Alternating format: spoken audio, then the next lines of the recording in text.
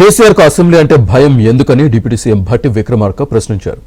తోలు వలుస్తామంటే ఇక్కడ ఎవరు ఖాళీగా లేరన్నారు. ప్రజా సంక్షేమ కార్యక్రమాల ద్వారానే బీఆర్ఎస్ నేతలకు బుద్ధి చెబుతామని అన్నారు. శాసనసభ రావటానికే భయపడేటువంటి నీకు అసలు ప్రధాన ప్రతిపక్ష నాయకుడు హోదా అవసరమా అని కూడా నేను అడగదలుచుకున్నాను.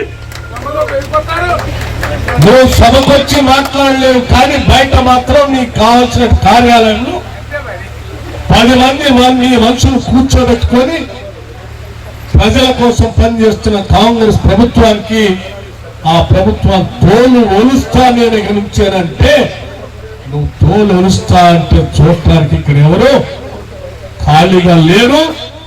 అంత చేతగాని పరిస్థితుల్లో కాంగ్రెస్ ప్రభుత్వం కానీ నాయకత్వం కానీ లేదని నేను చాలా స్పష్టంగా చెప్పగలుగుతాను.